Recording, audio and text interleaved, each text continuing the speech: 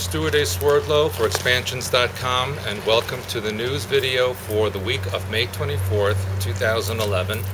And it's been such a nice day that I decided to do my video on the outside, right next to my totem pole over here, where you can see my favorite symbols: my winged lion, my bear, my scorpion, and of course the dolphins.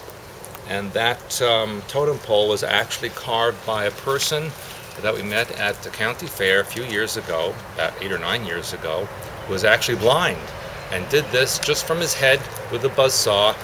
No designs drawn, just in his head. Told him what I wanted, came here and did the whole thing in a matter of a few hours, and just wanted to share that with you. And of course, during the course of my little discourse with you, we might have some interruptions from my Norwegian elk hounds that you see over here. They tend to guard me. They're the original Viking dogs, and you might even see, I believe, my Siberian Husky come around every now and then. But if that happens, we'll just interview her for this news video. A lot of things have happened this week, not so pleasant. Of course, the worst thing was the tornadoes in Joplin, Missouri, that have killed so far almost 120 people, and they're still finding bodies. Over 75% of that city was destroyed by a single tornado, and the death toll from one single tornado is the worst in the United States in the last 60 years. So that's quite an incredible disaster over there.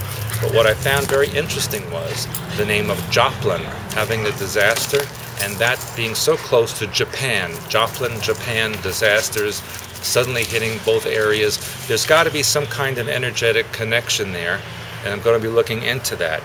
Joplin, Missouri is also not that far away from the New Madrid fault line on the eastern side of Missouri, and even in the southern part of Missouri.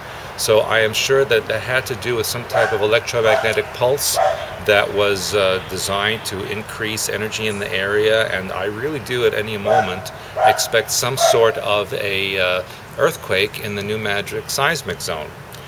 Almost on the same day that the tornado struck Joplin, Missouri, we had the volcanic eruption in Iceland in the Grímsvatn volcano underneath the glacier.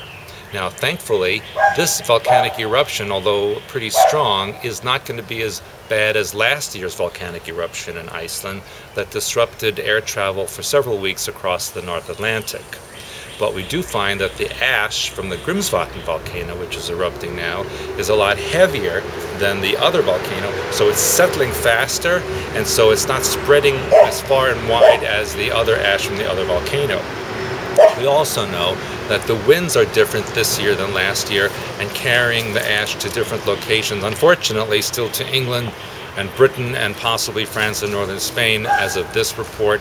Of course, that could change on a daily basis, and we're hoping that the air traffic is not disrupted during the summer because of the volcanoes in Iceland. Another thing, speaking of ash and volcanoes and things falling out of the sky, the radiation reports have ceased now from the U.S. government, because they said that it's diminishing, and that they only need to update it on a quarterly basis instead of weekly or even daily. But of course, this is part of another cover-up. The radiation is still growing and spreading across the North Pacific and other parts of the world. It's not as intense as it had been earlier, but it's still spreading.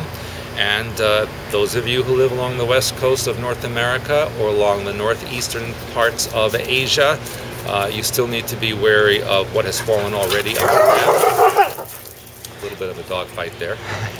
And you also need to know to wash all your vegetables, wash your clothes. And again, people have been asking me for the formula. Natasha, come over here. Never get in the middle of a dog fight. I've been bitten many times. But just so that you know, get a sea salt bath, use Dead Sea salt, use 1 cup of pure organic white vinegar to pull the radiation out.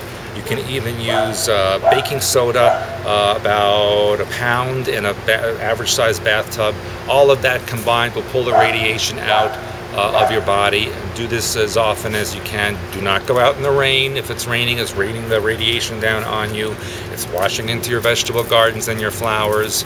Of course, you might have some kind of irradiated plants growing, and maybe Godzilla will show up. I don't know. But you really do need to be careful about everything that you eat and you wear, and keep it washed and clean. And for that, I do have a couple of affirmations for you to help you through this time.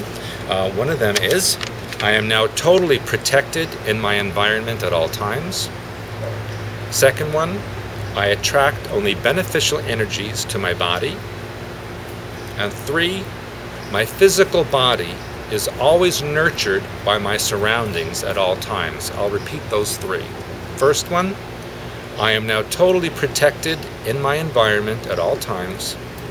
I attract only beneficial energies to my body. And my physical body is always nurtured by my surroundings at all times. Write those affirmations down, think them, say them, keep them where you can see them, and keep yourself safe and strong at all times. And again, until next time, this is Stewart A. Swerdlow for Expansions.com.